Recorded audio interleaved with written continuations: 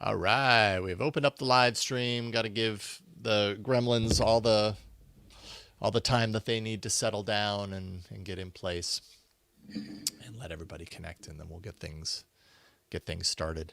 Yeah, we were talking in the patrons only pre-stream for this show about the effort, as independent creators, the time and effort that we put into things, and finding that kind of like perfect position, that perfect spot of doing enough work to, that satisfies the requirement, but not so much work that all that extra effort is lost. And that's one thing that I've noticed about this show is there for a while I was pre-recording and then doing a big edit and then having a YouTube premiere event for the final podcast, which made for maybe a nicer looking final product, right? It was like all edited and all the sound is balanced and all that stuff.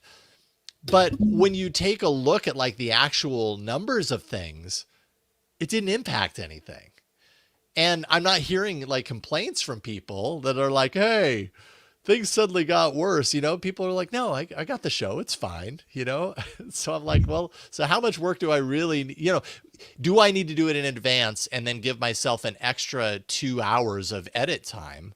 Or do I just do it live when I can, like I'm doing with you today? And it's not going to be 100% polished for the video version, but it'll be good enough. It saves me 2 hours. I can put that 2 hours to something else. Indeed, and good enough, especially with the way people use YouTube, is Yeah. I think a great way of doing it. We Yeah. don't really edit our YouTube podcast recordings. That's the beauty of it. It's the raw, unedited version. It's just the audio file we put on the RSS feed. That is something different. Right.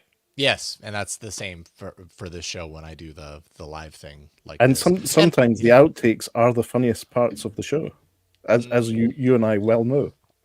Yes, indeed. That's true. That is true. Although I feel kind of that's true for people who are already like connected to the brand and the podcast and everything.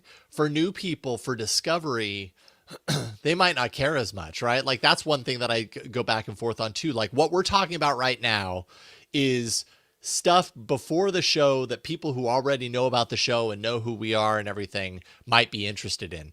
But if someone brand new is hitting my channel and to watch a pre-recorded live stream and they're seeing all this stuff, they're going to be like, oh man, just get to the show. What is the show? Where is it? You know what I mean? So I'm always like, do I cut it out so that I just get to the meat, or do I leave it in and put a time code in the description? Or, like, I don't know, who knows what the best way is for all this stuff, but I'm making it up as I go. Don't we all? Don't we all? Yeah, that's part of the reality of it all. Okay. Well, we have some folks tune in for live. Thank you so much for being here. I realize it's a different day than we've been doing this show on. Normally, we've been doing it on Fridays. Now it's on Thursdays, same time, 10 a.m. Pacific, 1 p.m. Eastern, if you want to watch the live show. And and then podcast publishes a little bit later in the day on Thursdays. It's just easier for my schedule to do it this way. So sorry for the confusion. This is where it's going to stick, though. I've got 2 dogs totally crashed out on the floor next to me because I took them to the dog park, and I think this is a sign that I did them right this morning. I gave them the time they needed to be totally zonked. So hopefully they won't make much of a noise this morning while we do this. And Matteo, I'm so happy to get you on today. So thank you for doing the show with me. Thank you. We'll talk a little bit about Italy, but thank you for everything in Italy. That was one of my favorite parts, was hanging out with you in Milan. It was so much fun. It was a pleasure. Thanks for letting me know you're in the area. Yeah, of course. Okay, so how this works, let me make sure that I've got all my bannery things all ready to go here. Yes. And then my branding things, Techsploder, got the end of show, got the beginning of show. Okay, and you got your lower third sitting about where you want it? I mean, as far as like what it says and everything. Yeah. My screen is small, so I can't read it. So as long as you're happy, I'm happy. Chief Mobile Opinionist, Tech Travel Geeks. Opinionist. Love it. Okay. Let me get a few things up on my browser here that I can show off. Let's see here, and then we'll kick this off. Everybody.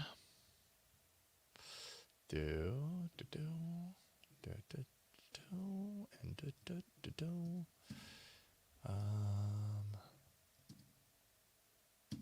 All right. Okay, cool. So Matteo, I'm gonna put you, remove you from the stage for a moment, kind of do a few intro-y things, and then we'll be off to the races. So don't touch that dial. Don't go anywhere. And then that, I have that queued. Yes. Okay, everybody. All right. Got all the pieces. Rob, thank you for being here. Clinton, thank you for being here. And those of you not logged into chat, you are all welcome. Though if you're watching on YouTube or Twitch, you can hop in the chat. And if so, we would love to see it. Anyways, thank you for being here regardless. And here we go. I'm going to fire off the intro and we will get started.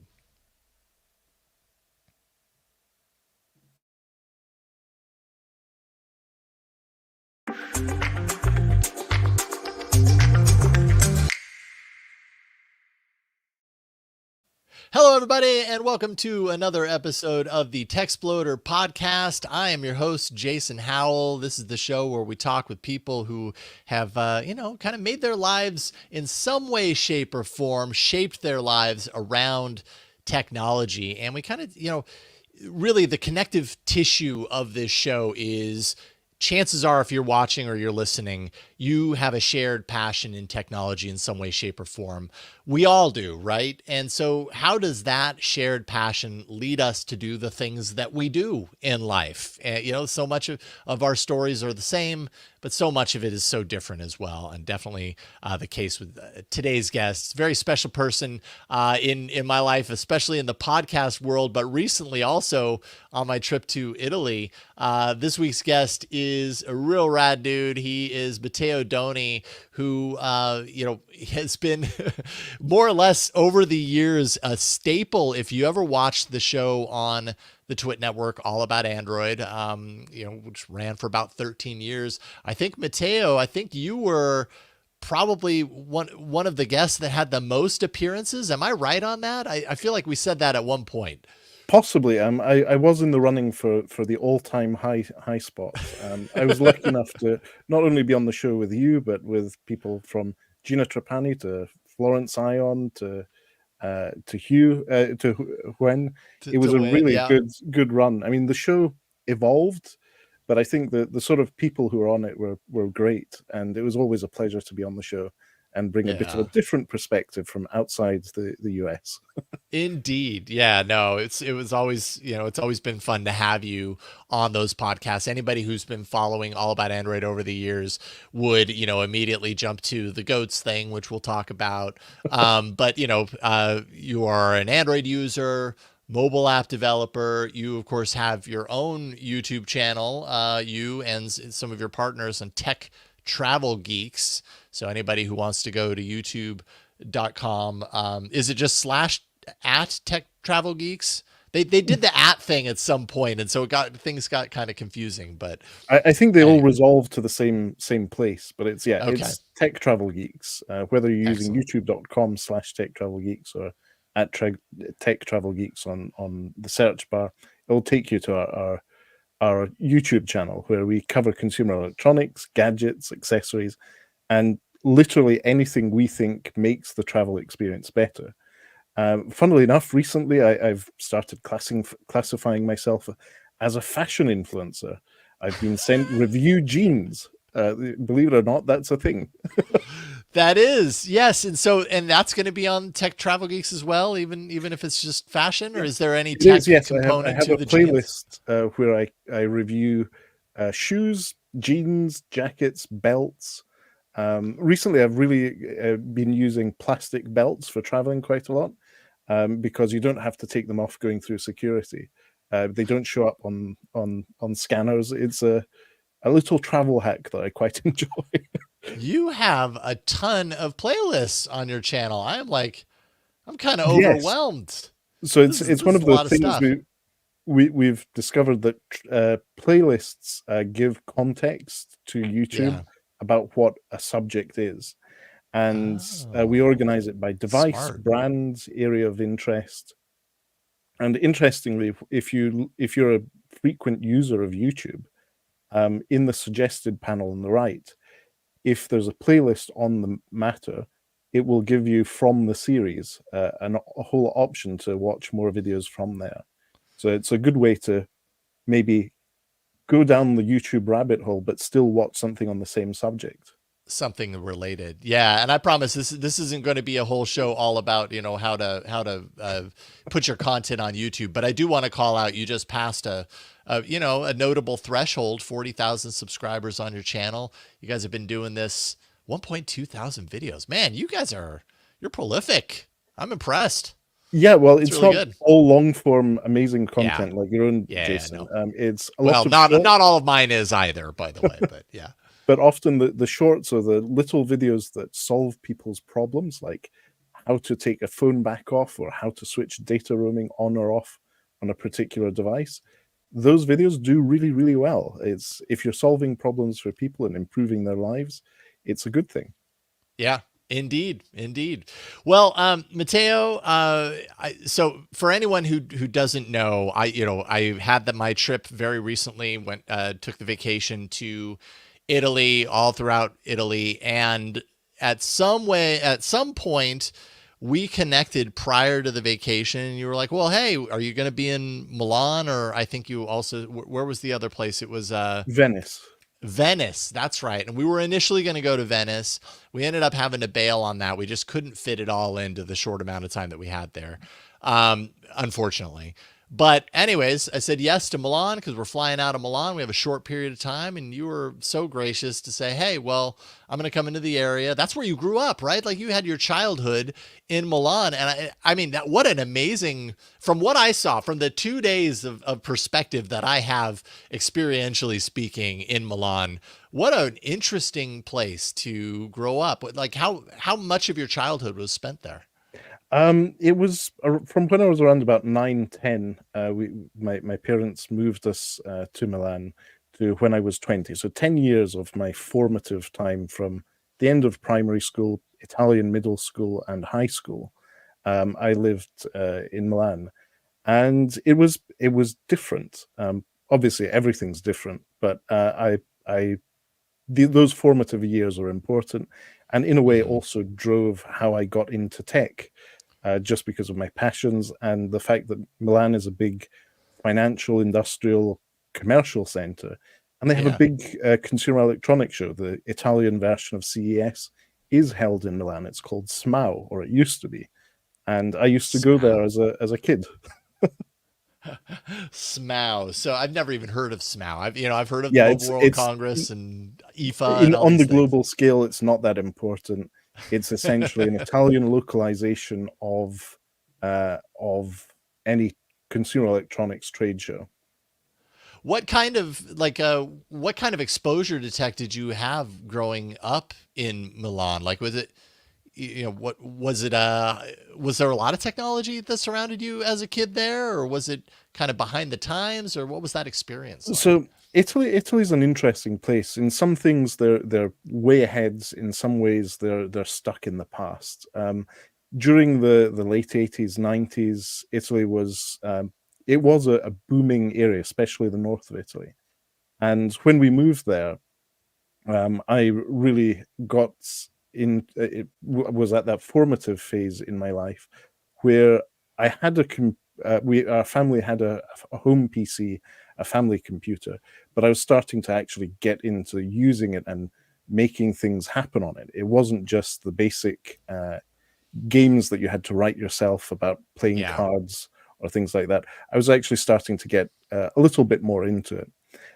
So yeah, that just seemed to coincide. Also, Milanese winters are quite grey and cold, so especially during the winter, it was a time to maybe do some things on the computer, not only play games but learn how they worked and what they did.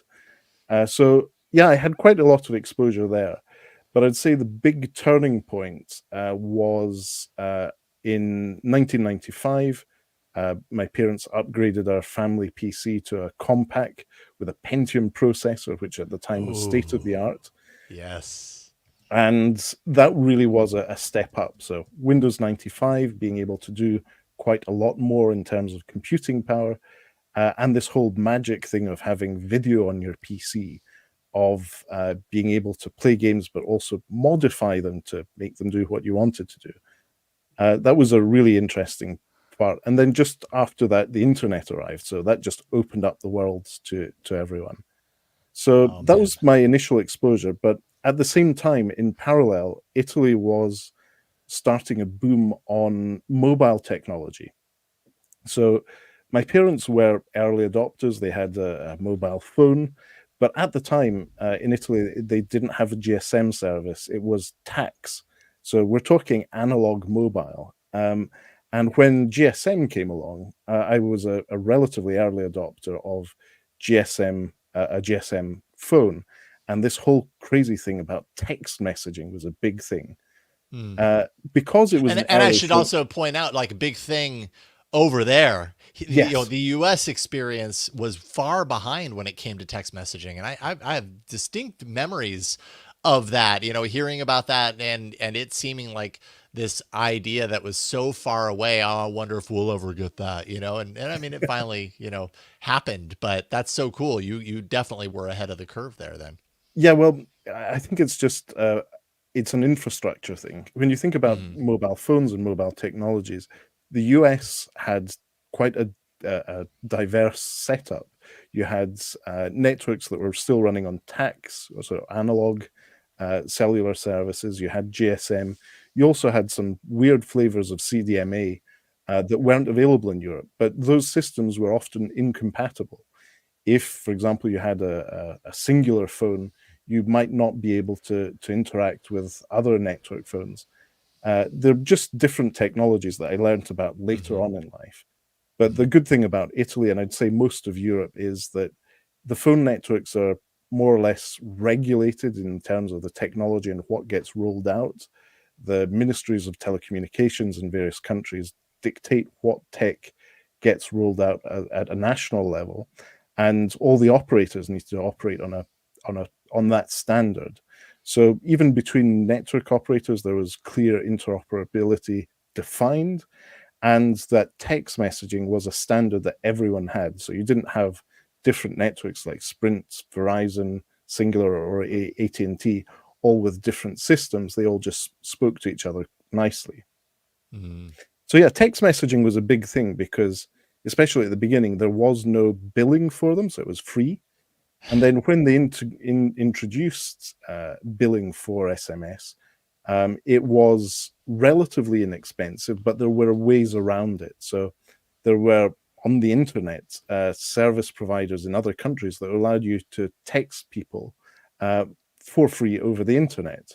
One of the ones that I used as a kid was MTN, the South African mobile phone operator, had a little portal you could log into and send people text messages for free from their network. And I think that whole thing got me into mobile more and more.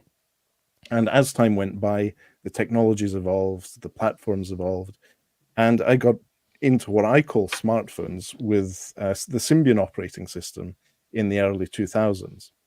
There was a Mm. sort of transition period with WAP technology, where I had an Ericsson smartphone, which I could check my email on. I could browse the WAP sites from various providers on.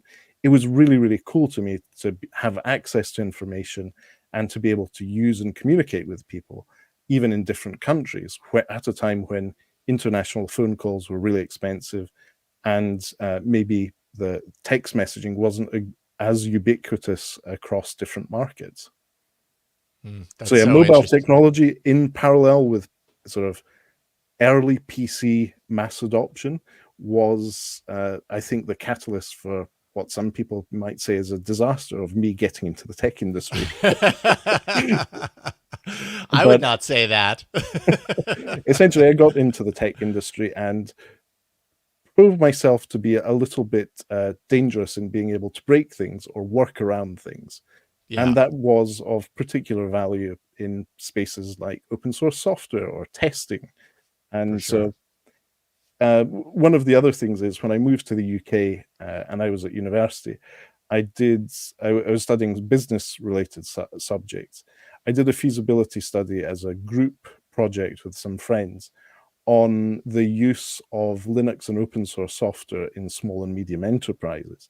And that's when I really got into the whole Linux thing. So obviously, I'm pretty sure a lot of people watching the show know what open source software is and the Mhm. whole collaborative nature of the creation, uh, deployment, and testing of the software. It's something that I ideally love the idea of the whole system. And so, yeah, it was not more than just a little university project. I was actually spending a lot of free time working on various Linux distributions, shoehorning Wi-Fi drivers onto some Linux distros to make them work with particular hardware I had. It was just a fun hobby.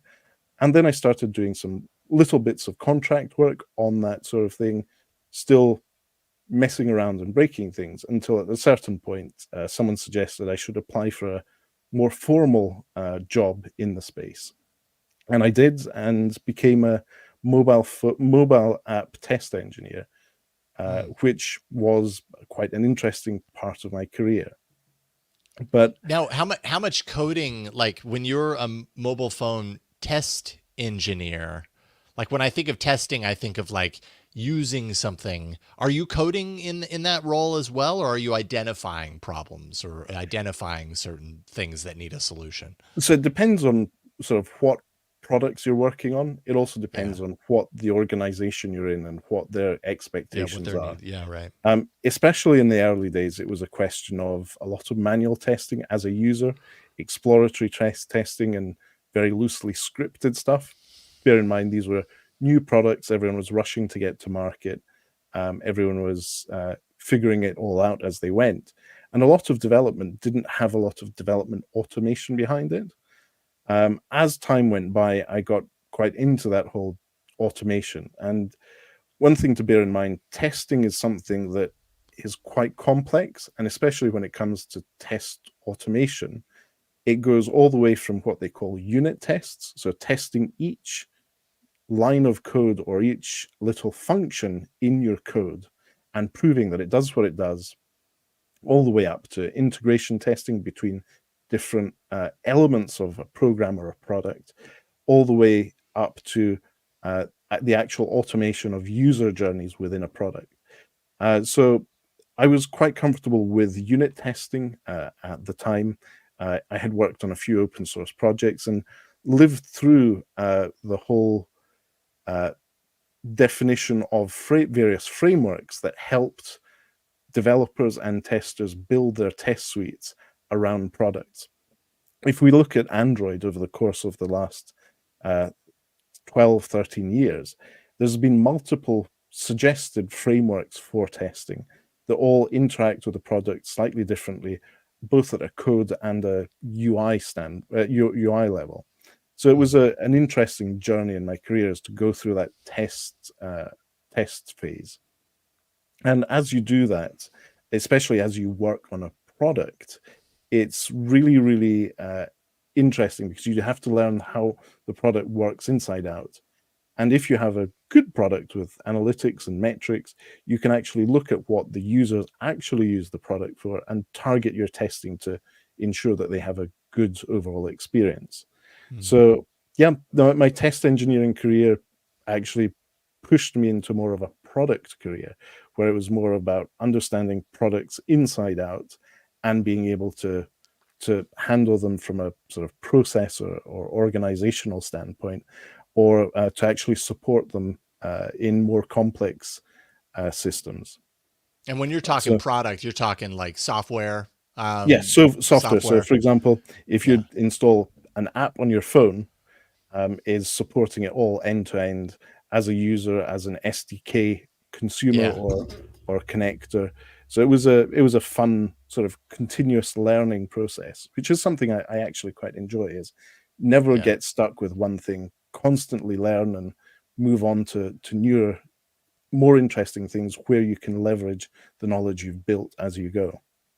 Yeah, that's an important reminder. It's easy to kind of get comfortable and kind of settle into the thing and well, I'm really good at this, so I'm going to keep doing this, but you learn a lot about yourself and about the world when you kind of take a step out of that comfort zone and into something completely different. I think I certainly have a personal, kind of a personal relationship with that in what I'm doing right now. It's very different from the comfort zone that I was doing when I was working at Twit and I had a team and everything. And, there's a part of me that's like, man, at a certain point I would have asked myself, could I do that? And it would have been hard for me to say yes, because I just really didn't know that I had any of the confidence to do that. But you learn so much, even though it's uncomfortable, even though sometimes it's painful, but the net positive or the net effect is that you're at a better place on the other side of that when you get through that. Yeah, And that keeps things interesting from what you're talking about. That at least keeps life from getting dull, I suppose. yeah. That's I one seem to be advantage. go in my life. I seem to go through what I call 3-year cycles, where I really get into something. I constantly evolve myself, learn new things, and then find that myself in a situation where I'm forced to, or I uh, find the need to transition Yeah. into something new, learn new skills, but leverage what I've learnt to this point and evolve myself. Yeah. I'd say the same thing happened with my sort of more public reporting or reviewing life and podcasting, and now uh, being part of a couple of people who run a YouTube channel. It's something Mm-hmm. that I'm constantly tweaking, improving on, and iterating on to get to a better place. What I believe is a better thing. Mm-hmm. Mm-hmm. Interesting. So I want to go back a little bit to kind of when you were talking about. I thought it was interesting. You said smartphone when you were referring to the very very early phone. I think you were talking like around the 2000s, 2001 or whatever, and you mentioned smartphone. And in my mind, I've always kind of considered like the smartphone era in the way that we know it now, you know, probably a little bit earlier than the iPhone. Would it be Windows? Was Windows Mobile kind of kicking around a little bit before iPhone, or was iPhone really kind of I don't know, it's somewhere in that area is where the modern smartphone that we know now kind of was born. And prior to that, they were phones that did things that were kind of smartphone like, but weren't quite there. I guess my question for you is, from that era, that murky era in between, is there a particular device that you look back on that was your device, or something that you were particularly fond of that you were like, man, this thing, it doesn't get much better than this device? And of course it probably did later, but I'm just kind of curious about that. What Yeah, devices were you so using that you loved? yeah, there are a few Halo devices that I can Yeah. think of. I'd say my first, what I consider to be my first smartphone, was a Symbian OS powered device called the Nokia 6600. So if we check on GSM Arena, it was launched in Q4 of 2003. I got mine when I was living in the UK in 2004, which ironically is around about the same time I met the person who is now my wife. Hmm. Uh, so 2004, this was a phone which had a camera, which was already an amazing start thing. It had expandable storage with a format called multimedia card, which was physically the same as an SD card, but had a different way of working. It had an operating system which was called Symbian OS, which was co-developed by Nokia and other companies, and it could run applications if you wanted to. If you had the skills, you could. I believe it was Java ME, the Java minimal version or mini version of Java, was a framework for building applications for these devices, and it ran perfectly well. Hmm. So I would say this was my first smartphone in the way I consider a smartphone to be and work. Yeah, and you It had your had, camera. Of course, it was a yeah, VGA camera at that time, so it was yeah, probably which was like a amazing. It could take amazing at that video. time, for sure. It could take video. It had a color screen. You could write and deploy an application to it. The Nokia 6600, I think, was the that turning point. Oh And wow. from that point on, I pretty much always had a Symbian device um, up until around about 2007, when I saw the first iPhone. Mm, Now, interestingly, in the UK, we didn't get the first generation of iPhone. We had to wait for the 3G to come along the following year. mm, Uh, but I was lucky enough to have been traveling to LA. I was meeting up with my parents and saw people in Los Angeles with an iPhone, and I started to realize, hey, this is something that's coming. Let's see what happens in the mobile world. And now we know that that was just the beginning of the crazy explosion of what most people refer to as the smartphone world. But hmm. let's not forget there was a whole world in business world, in the commercial world, where smartphones did exist, were being used. The iPhone was just the moment where the average consumer suddenly became aware of it and started getting them and using them. And And what? Well, and the iPhone also, like, obviously a touch only device. All the familiar buttons that we were used to seeing completely gone. I'm trying to remember, like, was the iPhone really the first device to do that, or just do it well? You know what I mean? I would say it was the first device to do it well. If Yeah, I'm not mistaken, there was an LG phone. Samsung and LG had been dabbling with concept phones and sort of similar phones. But I yeah. think there's an LG device called the LG Prada, which ironically is tied to an Italian fashion brand. The LG Prada was, in my view, the first non Apple iPhone and actually hit the market before the iPhone did. Yeah, March 2007 looks Yeah. like. So that was, I think that was more of an eye opener to me because it wasn't another known company. LG was still starting out in the phone world, in the consumer electronics world, and this was, in my view, a very interesting thing. And obviously, coverage of this device in Italy was a bit louder than it was elsewhere because I of was that gonna say, branding. yeah. I'm not entirely too familiar with Prada. I mean, I'm familiar with Prada, but the LG Prada.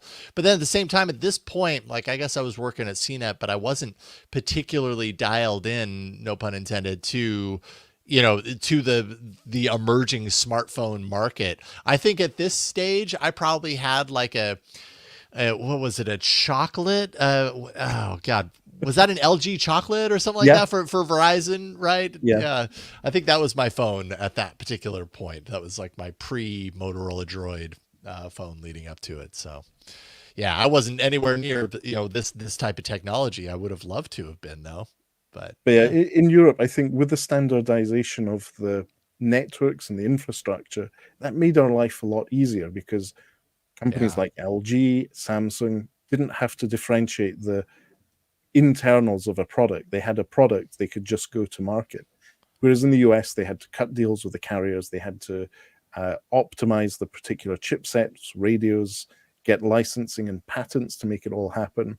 I think that diversity of a setup that the US had from an infrastructure standpoint held them back in the early days of mobile technologies. And it's good to see that things have sort of coalesced from what most people refer to as 4G onwards into hmm, more simple setups that where the technology standards are shared and therefore interoperability is easier and also going to market with devices is easier. yeah, yeah. We do need to take a super quick break, and then we'll come back and we'll kind of continue this conversation. I love going down like memory lane on all this stuff, and we still got to talk about goats. I have a very interesting picture that I'm going to show you right after the jump, just to kind of get your take on it. That's coming up here in a second. Looking forward to it.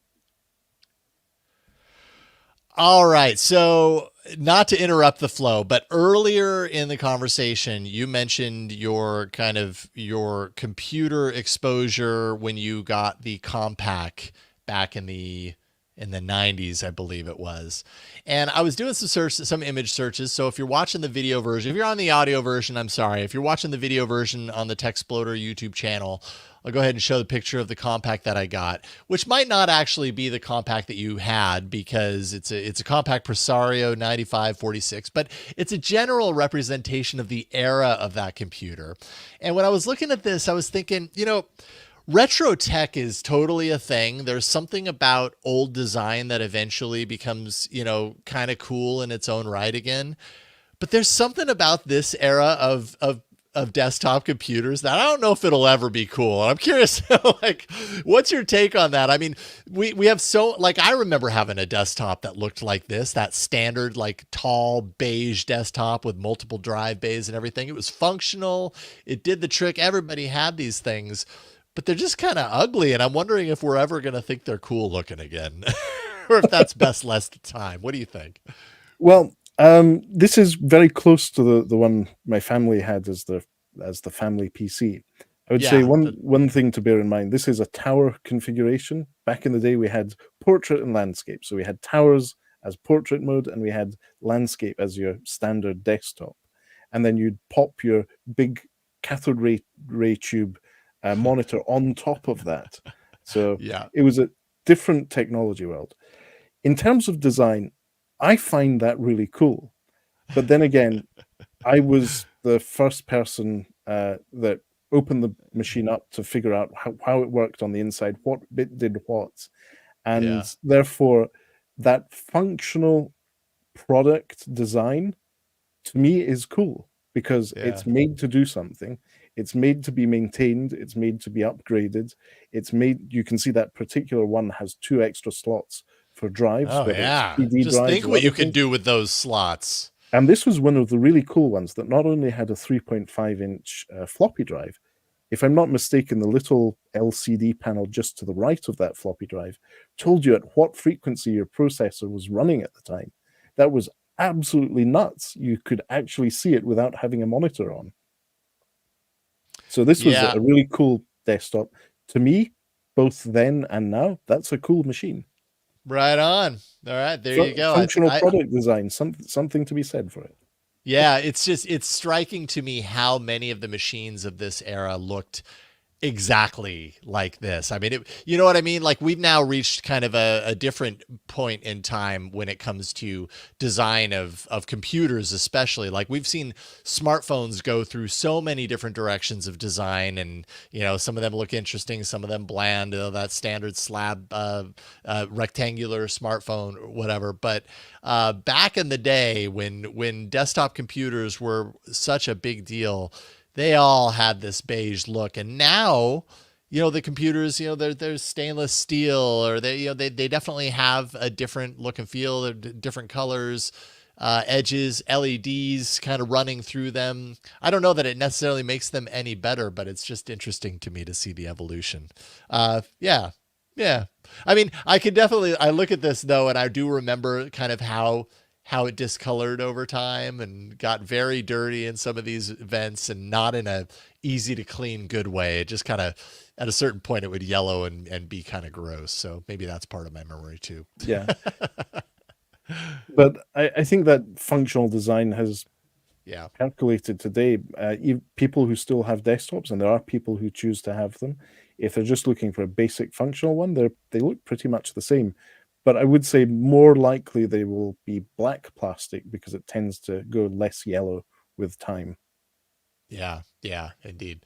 So, all right. So I mentioned earlier in the show, I threw out the word goats. We don't have to spend a lot of time on this, but we probably do need to at least set the scene a little bit here. Anyone who watched All About Android over the years and your appearances would notice that, not most of the times, but many of the times that you come on, there was some sort of goat presence. And like, I know the story, but I'd love to hear you tell it a little bit as far as like how that even began, because for anyone who joined the show midway, they just knew Matteo as the guy who often brings apps that have to do with goats on the show, and possibly wouldn't think twice about how that even happened or whatever. But is goats a thing outside of All About Android, or is that just something that randomly happened? What's your take on that? What's your It's story? something that randomly happened. So I think it's coming up to 10 years ago this Yeah. year that I was visiting San Francisco for a tech conference. I think it was the Samsung Developer Conference. And so I'd already been a guest on All About Android a few times remotely. But I pinged you to let you know that I'd been in the Bay Area for the Samsung conference. And you very kindly invited me to be on All About Android from the studio. So I was at the conference in the morning, then got myself ready, was ready to get a bus out to Petaluma for the show. And you let me know via email that Phil Nickinson and the Android Central team at the time were in town, and that they were getting an Uber, so we could share an Uber back to Petaluma and back, which was great. So I met up with Phil Nickinson and Andrew Martinick and Mark Gwim in San Francisco, and we got the Uber out. And during the trip in the Uber, we were just chatting about tech and things, and then we were discussing what apps were we going to take onto the Android App Arena. Now, for those of you who don't know, the Android App Arena was a segment of All About Android where hosts and guests would take apps, demo them, and make the case for the poll that would run for the whole next week until the next show to see who would win. So you'd make a case, you'd demo your app to see, to try and win that week. Yeah. Now, It's a great obviously, I segment. was deep in the tech world at the time, and Phil Nickinson, who's always ahead of the curve in many ways, said, I'm going to take this really cool app that not many people have heard of yet called Slack onto the show. And for those of you who don't know, Slack is now one of the Oh most yeah. used communication tools in the world. That's right. But Phil was Everything taking starts Slack, somewhere. which Right. was the hottest thing in Silicon Valley at the time. It was going global, and I was already using it in the UK at the time. So I thought, okay, there's no way I can win the App Arena with a travel-related app this week. I'm just going to take Goat Simulator, the game. And obviously, Goat Simulator had been a PC game previously, and it had been ported to Android. I demoed it on a Samsung Galaxy S5, and lots of jokes and lots of amusement ensued. I believe at the time, Brian Burnett was Yeah. the TD of that show, and he Yeah. had already done a series of Twit videos with Padre about Goat Simulator. So it really struck a chord with the Twit audience. And amazingly, that week, Goat Simulator won. And so once I knew I was on a good thing. I took Goat Simulator's sequels to my following appearances on All About Android, and in many Yep. cases won. And once I ran out of Goat Simulator apps, I took anything goat related I could find on the Google Play Store. Of which I did a simple Google search, and we've got Go Go Goat, Talking Goat for Android, Trippy Goat, Curry Goat Revenge, Goat Evolution for Android. Yeah, the goat jokes continued and continued, Yeah. but So it's one of those possibly things. to the behest of Ron Richards. He was probably at a certain point like, oh my god, not another goat thing. Yeah, I love the way that the team at Twits really leaned into this as well, as almost as much as I did, and ensured that whenever there's something related to me or goats, it would go on a show with Ron, and you could hear his eyes rolling from wherever you were on the show. Yeah, I mean, Yeah, showing a thumbnail from 2009 of Ron Richards surrounded by goat images, just because, just picking and prodding at Ron about the goat thing, because he was the one to, you could hear the audible eye roll coming from him. Yeah, thank you for describing that. It was but a yeah, fun meme. It did definitely run its course by the end. At the end, there were no good goat games, to I be had run spoken out of. of goat apps. I mean, I Yeah, reverted to at one point doing restaurant review apps just to be able to yeah. show goat's cheese salad. Good. I give you points for Yeah, effort. but Yeah, good. I think that run its course. But I think that's part of sort of me as a person. I'm ever since I've been sort of a teenager, I've been quite leaning into things. So if it's something that I've made a mistake or something bad, I'll own it. I will make it a thing.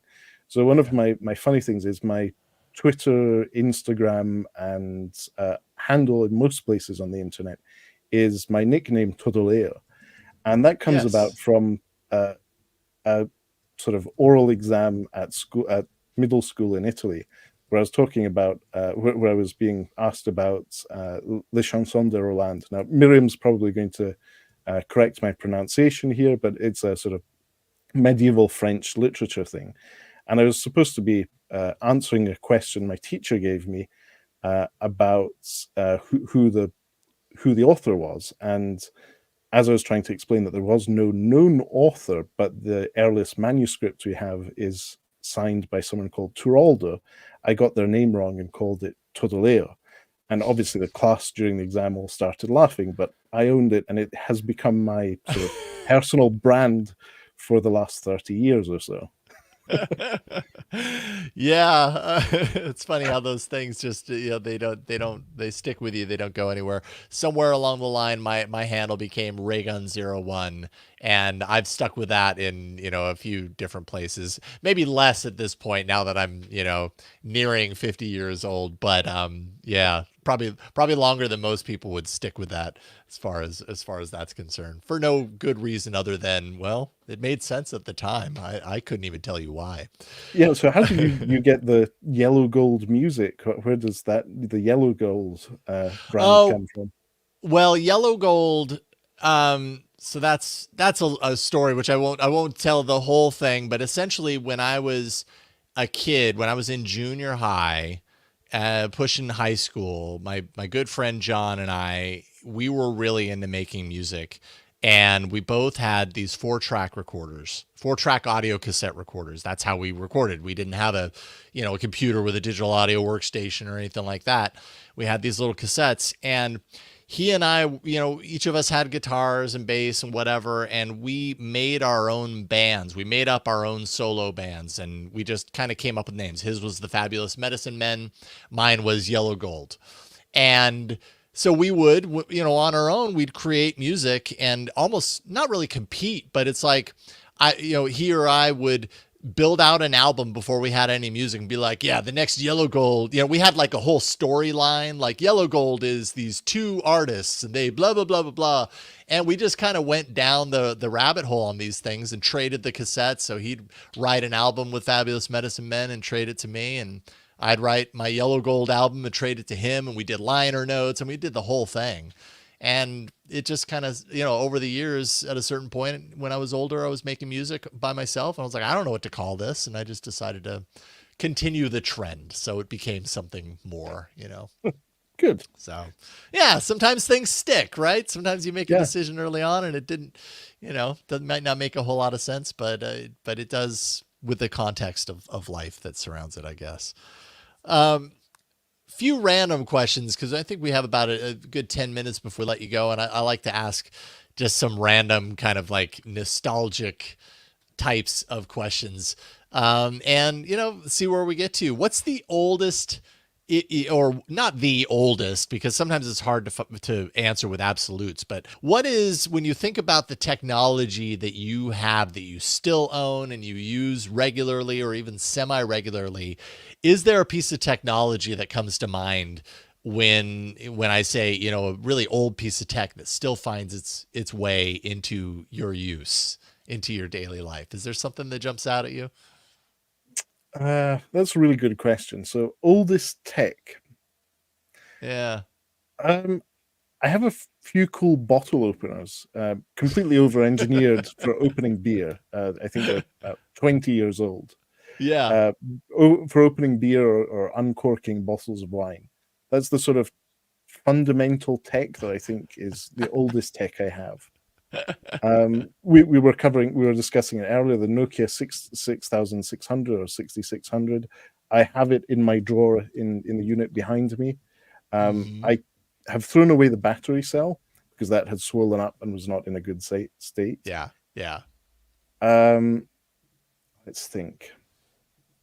I think that's the oldest bit of tech that I still have and occasionally turn on. And just Yeah. for sort of old time's sake, in the last 10 years, I still have a Palm Pre 2, which was at the time an HP Palm Pre 2, which I still think was Mm. ahead of its time. And Yeah. maybe as a product wasn't a great success, but the engineers, the designers, the people who worked on that went on to shape the world of technology, particularly in the Android space afterwards. Yeah, that's right. The Palm Pre. I do remember. So this was 2010 for the Palm Pre 2. Yeah. And I do remember, yeah, this is probably near my end, the end of my time at CNET. But that was a powerful phone. I'm trying to.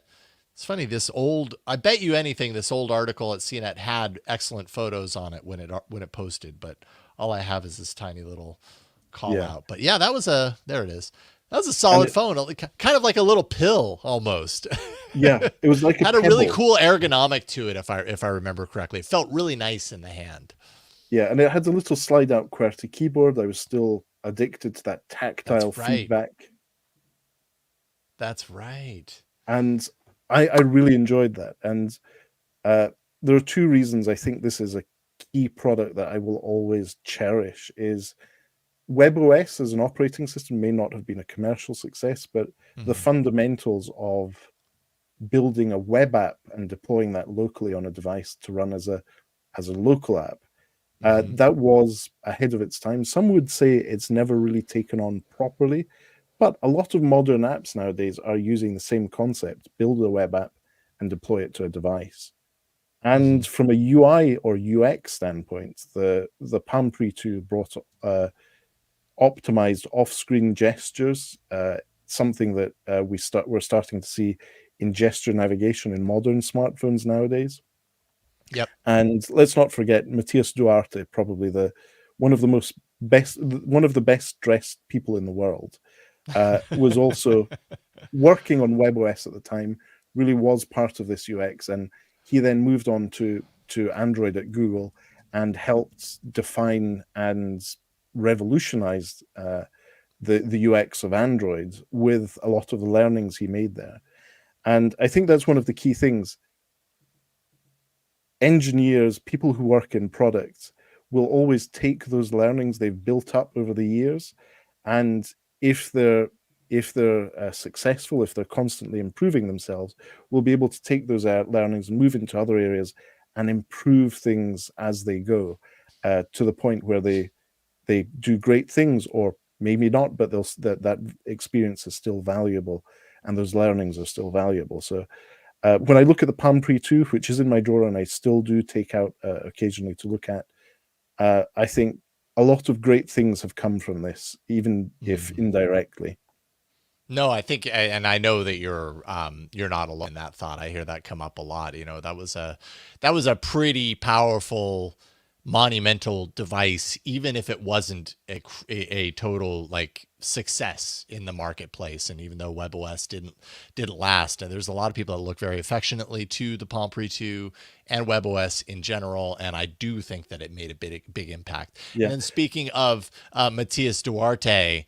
I think it's interesting, you know, you mentioned his fashion. While we were in Milan, I was like, I bet you Matthias Duarte shops here. It was like, a lot of the clothes that I saw out and about, I was like, this is the place that Matthias goes to shop for his wild floral prints and everything.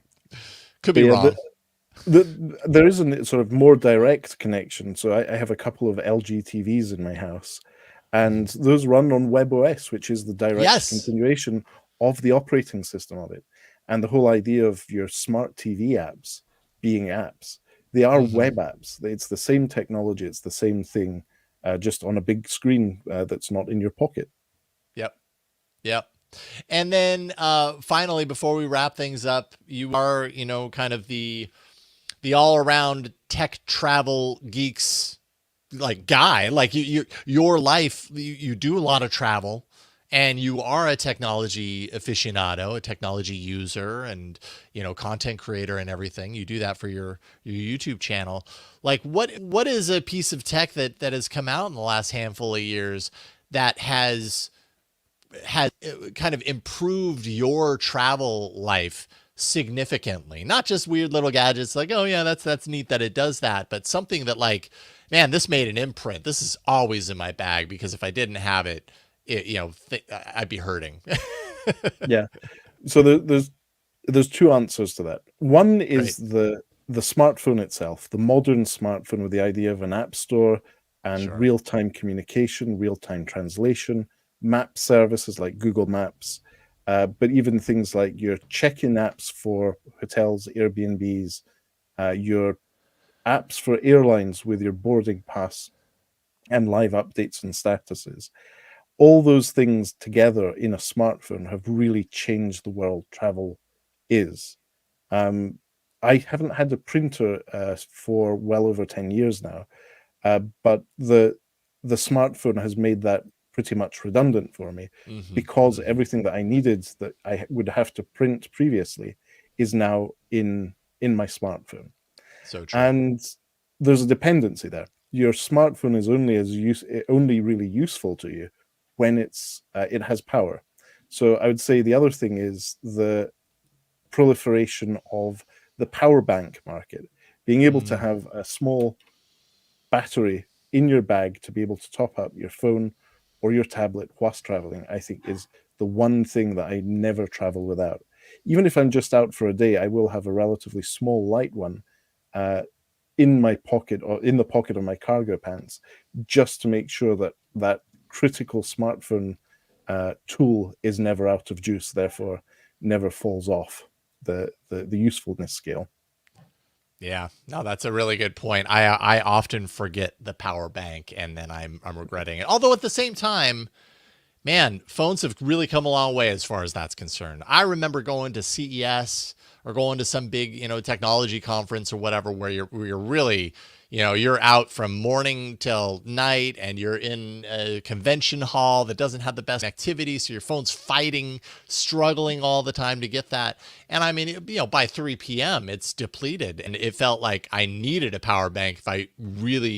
If I didn't have it, there's no way on earth I would get through the day. But now, like, I find that's less an issue. Their Yeah, phones are a lot more efficient. The batteries are a lot larger. They've got a lot more capability coded into it to be smart about when it's pulling juice and when it doesn't need to. And yeah, things have improved a lot, thankfully.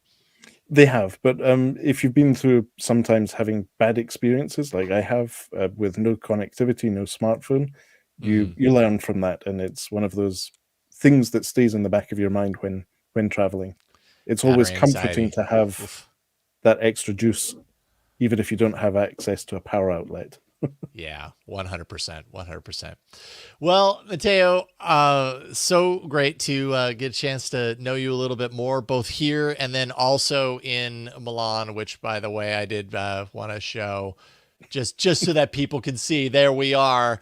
Name the church that we're standing in front of again. So What is that's that? the Milan Duomo. It's the Duomo. That's biggest right. central church in Milan. Uh, Oh my God. Interestingly, it's not the cathedral. That's one thing to bear in mind. Milan's cathedral is Saint Ambrose's Cathedral, which is on the Mm. other side of the castle, heading Oh, west. okay.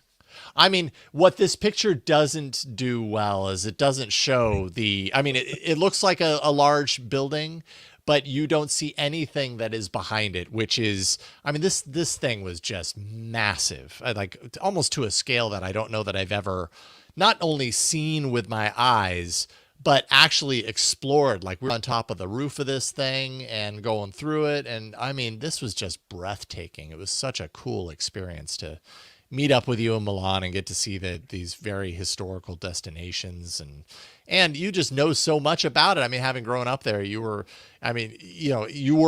literally our tour guide. You had answers for everything, and it was just wonderful. I think you're an amazing person, and I really value being your friend. So thank you for coming on today to talk with me a Well, little bit about thank you for yourself. having me, and hopefully I'll be able to have you on the Tech Travel Geeks podcast once I get Let's that do it. going.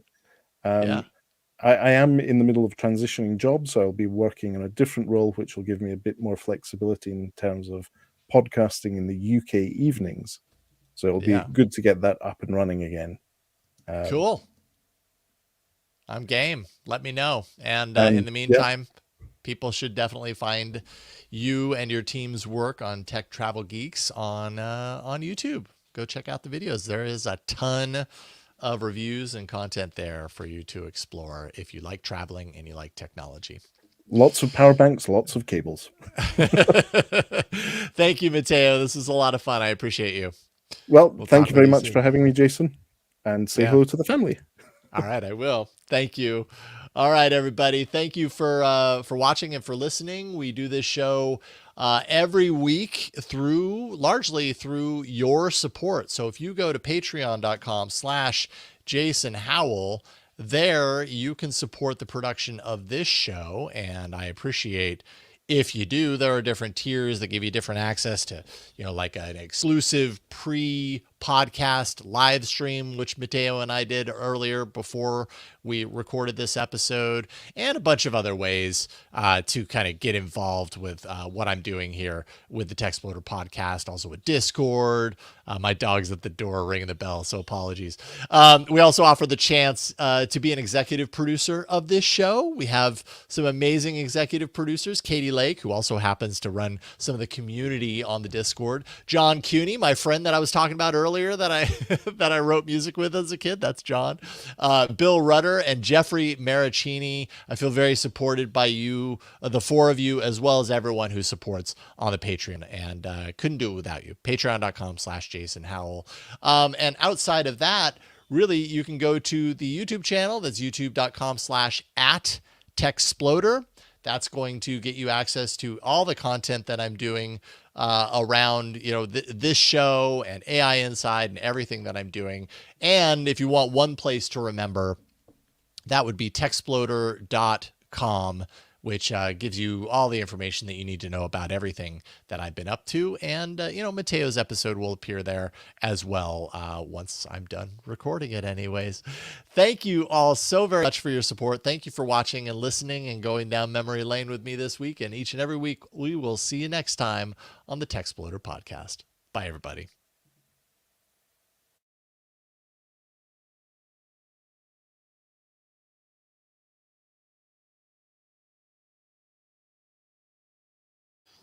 Count to 10, unhide, add to stage. There we go. Yay. Thank you, Matteo. That was fun. Thanks very much for having me. I will need to pop off at the moment. Yep. My colleagues tell me there's a P1 issue in progress. All right, do it. I'm gonna end the stream. Don't disconnect yet because it has to finalize the upload. So I'm gonna end the stream. Everyone watching live, thank you so much for being here. Really appreciate you, and we'll see you soon. Bye, everybody. Speak to you soon. Bye. Because StreamYard basically once